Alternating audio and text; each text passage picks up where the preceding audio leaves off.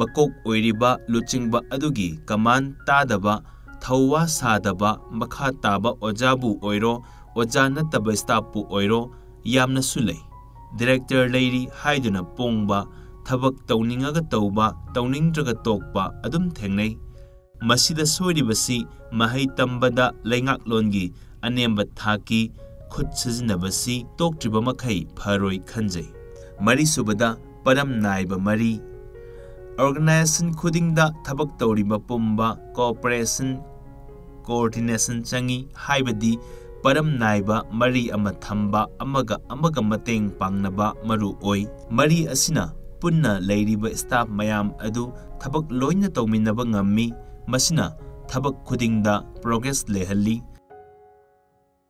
punna thabak tawnaba mari leigadabagi maramdi leiriba staff mayam adu suningdaba haiba haitaba saugandaba training lauraga tawdaba paisada chopdaba sang naidaba makhalgi miyoi ngaktani makhoi asina mana thokpa tawbada mafam marang khangdaba organization ama school administration su oigani maram asina makhoi loinamak mari thamnaba khangna thabak tawminaba changi asigumba mari asi phajana thamnabagidamakta amaga pau phaunaba changi isam samna communication gap leitanaba hotnabigadabani communication gap leirabadi phana yamna cooperation pinarabasu coordination leitabagi mami tagani manga subada sanba thumba thamba paisa yaudna school ama fazana manage tawba ngamba haunade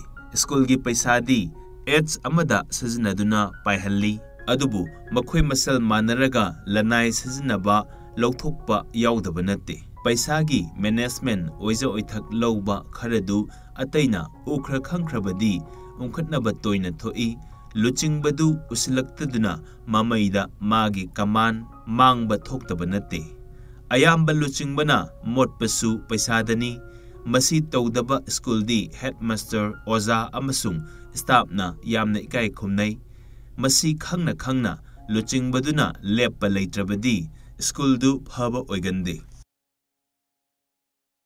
achumba data khomba achumba data mayam khomduna school gi thamba haibasi school administration gi purpose ta maru oina yauribani record sing asi analyze tawraga thabak tawbada masana school adugi progress leigani data khudingmak update tawduna thamgadabani artist natana akoibagi maong bama mapagi behavior fauba release tawduna afafata khandokduna tungda laukhatpa yaba pambai kaya fau nainaba changi asigumba upload tawraba data amasung research work asigi continuity da kanagumba makok ama transfer tawrakpa matamda mangonda nauna thokte taret subada school building amasung khuchukulai fajana siznaba school building asi fajana saba maintenance tawbana angang singi pukning yamna singsiningai oi adunani angang singna private school singda tamningba pukliba government gi school ayamba gi building angang singda attractive oide private na maintenance fajana tawi government gi di koina tawde ananba school da lairik tamba angangna nanna leibagi habit lai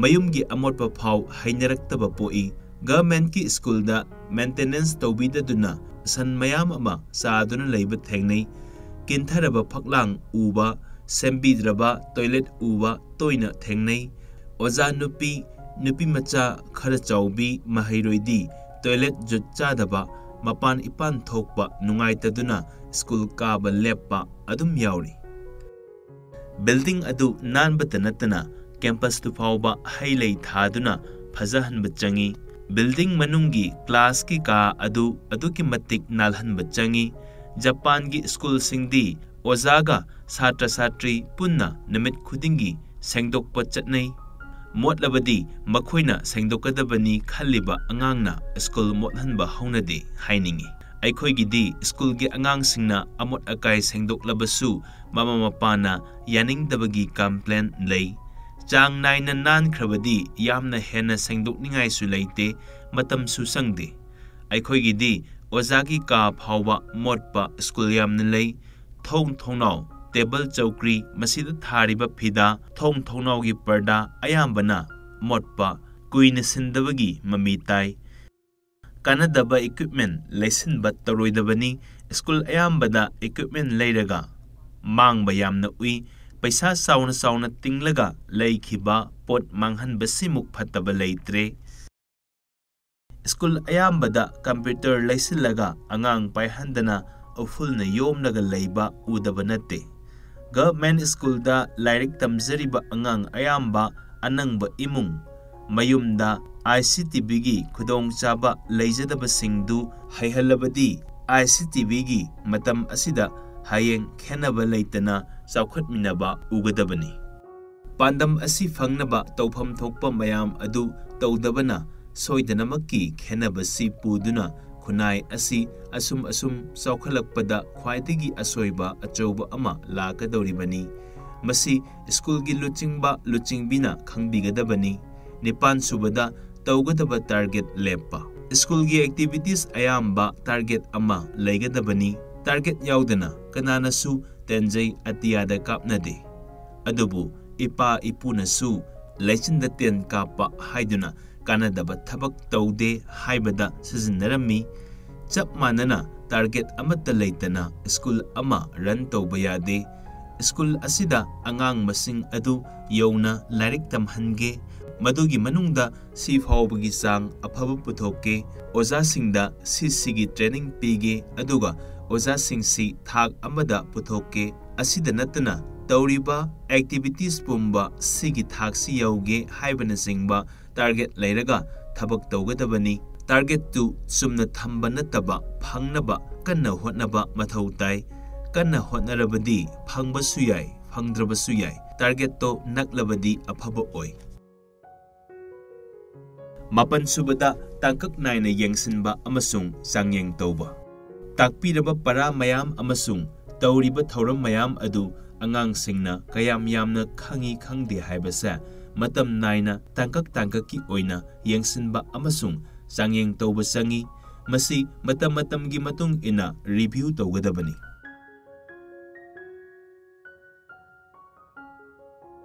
Maramdi matamgi hongla iba moong adu yenglaga sanagadabasu yaurokani. Hairiba sangyeng asa seda iraga tawba yai, sinda hanglaga yengba yai, thabak oina utlaga tawba yai. Haidoktana angang dugi classroom da sanabungda school gi assembly da amasung function da angangi behavior khangnaba observation tawba yai. Interview tawduna angang dugi interest, habit, attitude yengba yai. Seda question kaya semlaga khumhalakpa yai.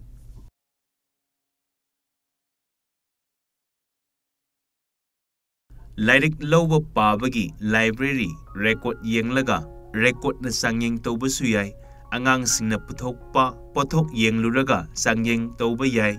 Asumna sangyeng khara device kaya puthoktuna angang adu tangkak naina matam naina sangyeng ba yai. Tara subada nung atekpa samba yadabagum leitaba. Ahongba yaudana atawba ama adum tawraga leitaba. School administration di yamna flexibility oidaba yaroi. Atawba kanglon pathap ama maduda hongba naidana tawgani haiba yade. Sumi school administration gi oina masana rule and regulation leiba tabani. Madu adum induna leigadabani haibadi yade. Yamna dynamic oigadabani. Matam dugi chanaba oigani. Adubu punna lawkhiba thabak amagi warep tudi madomtana hongba yaroi. Aroiba saruk oina yengba yabasi afaba headmaster amagi sengadaba gun singduni. Maramdi mahakna matik sariba makai afaba school oigani. Gun sing adudi education philosophy thak wangna khangba, high scholarship thabak tugi matik chaba training leiba, mi amaga gi marida yamna khangba, masama u amasung pukning wakhal phaba, miyoi bagi magul chenba, loinana general oiba gunsing mathau khangba minungsi sauba achum aran wayan piba lamchat sajatta manung hunna uba magi thabaktu yamna pamjaba masa madom control tawba ngamba sinbalangmagi matik leiba akanba firep chenba wangangbada launing hanba tahanningbagi magun chenba lamchat sajat taru taruba hulgi thabak pumbada tawning hanbagi ihul leiba asini pomnamak asa selabadi mahakna makok ama oina adasu mahai tambagi oithokningai oi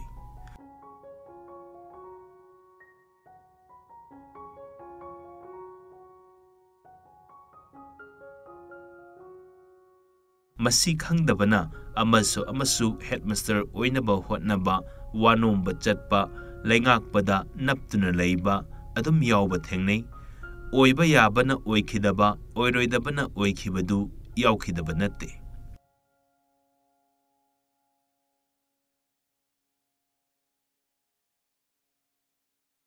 mai paklaba headmaster amagi chengadaba gunsing educational philosophy gi thak wangna khangba headmaster oigadabani maramdi thausil thaurang haibadi policy planning amasung method pumba philosophy asida yumpham oigadoribani hairiba philosophy asigidamak section na matamga chanaba wakhalon amasung thiba humba changi philosophy asina miyamgi aningbagi wangmada amasung chanadaba thoktanaba sangyeng kaya hanjin yengduna nena taba senmitlon lengaklon amasung khunailon puraknaba honabasu mathau mayamgi marakta amani philosophy asi miyamda mari leinaba thorom kayada makok amasung mathamoida sanghangadabani asigumbaga naknadaba curricular amasung technique aduna mahai tambagi panthung yongnaba achumba maikaidudi sumna piba ngamloidaba amani haibasi headmaster na khangadabani masi leibak sigi akhang ahai singna haiba waphamni high scholarship ki gun headmaster aduna school asigi oina maru oiba mi kya thengnabada loinabada khang haiba haibasi ikai khumnaningai oiba wafam ama kangadabani masita natana school adugi oza singna ikai khumnana leinanaba yamna khang haiba mioi oiba mathau tai masina headmaster adugi athoiba ngamganba matik leiba amasung tonganba machat ama pihanba ngamgadoribani masigi mathakta headmaster amana khangadabasi social science ki philosophy psychology sociology amasung economics na singbani loina matam dugi scientific development khangna chatgadabani mahaki specialized oiba subject tu khaktanatana school gi subject ki anau ba wakhalon amasung idea su kokta leigadabani masi mayamsi magi colleague singna sharing tawduna hena khangningba thiningba pokhangadabani thabak tugi matik chaba training leigadabani headmaster pumba magi profession adugi training masana leiba tabani maramdi mahaki administrative work asi yamna tonganba amani awangba thaki training phanglaba headmaster na magi oza singda anauba technique piba aruba nate mahak education angang amasung social psychology da khang haiba amadi oidaba sukya yade masi mayam asa phajana khang haiduna hena khangnaba education gi journal kaya amasung anauba education gi lairik padaba yade mahakti yamna positive oiba mityeng amasung anauba idea kaya experiment tauba miyoi oigadabani yariba makai education gi seminar workshop na singba saruk yagadabani masigi matangda W.H. Renberna yamna chumna thammi headmaster khudingmak progressive oiba mityeng leigadabani mahakna thinker amasu oigadabani mahak matamgi anauba lairik matamgi technique sing khangduna thabak oina pangthokpa mioi oigadabani honglakliba malemgi nungsit aikhoigi saruksu thungbana angang phaba phattaba masi munna khangba amasung tawpham thokpa kaya tawba mathau tari. Mi amaga gi marida yamna khangba. School ama phabada sangliba miyoi sing asi oza, staff, satra amasung makhoigi mama mapa singdani. Makhoi mayam sing asigi mari phajana thamba haibasa mahaki administration adugi matung illi. Administration adubu thainagi mechanistic approach mibu thawai pali khangdana machine-gum khanbadu nataba anauba approach human relationship to apply tawgadabani. Luchingbana makha tabagi problem understand tawduna loinariba awa ana nungayai phanaba hotnaba saruk yaba ikai khomnaba loinaba mathau tari. Pharaga thagatpiba haitraga takpiba changi. Thina ngang saklabadi ai mangaire haiduna muknabadi apikpanasu pharak tarakpa adum yawi. Masi luchingbaduna administer tawbada mibu miyoibana khandaba khallabasu achan mirai naiba asina singba tawbigani. Headmaster na fazana khut lanthokpada makhoinasu makhut lanthorokpa masana tabani. Masa mau amasung pukning wakhal phaba. Headmaster singna atay oza singdagi tawgadaba thabak yamna yami nganna kai thengna halli. Pumnamak yengsinba mathau oibana masa mau phana leiba changi. Haksang solabadi thabak tawningba pokte. Asumna haksangna hainingna leinaba Dr. Ayambana luchingba khudingda sahaningba sinjakta balanced diet vitamin phajana piba ising sang naina thakpa phattaba pot sasin thaksindaba haksang sajal tawba yumda kok sadana nungaina leiba changi haina pi. Chap manana pukning wakhalsu phahanba changi.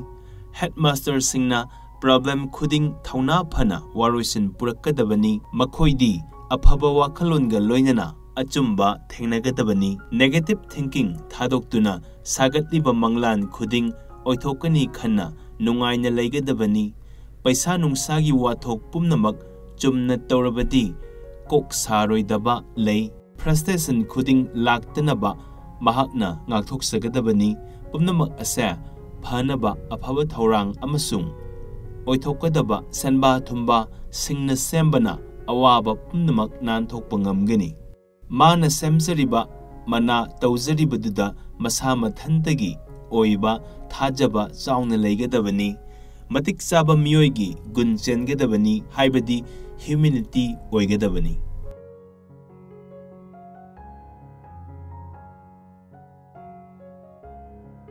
Wafam asida matik chaba miyoi haibasi school gi oza sing loinaba haiba angang singda wa ngangbada angang singna ngaujaba loinana makok oibagi guntana thanba miyoidu oiba haibani.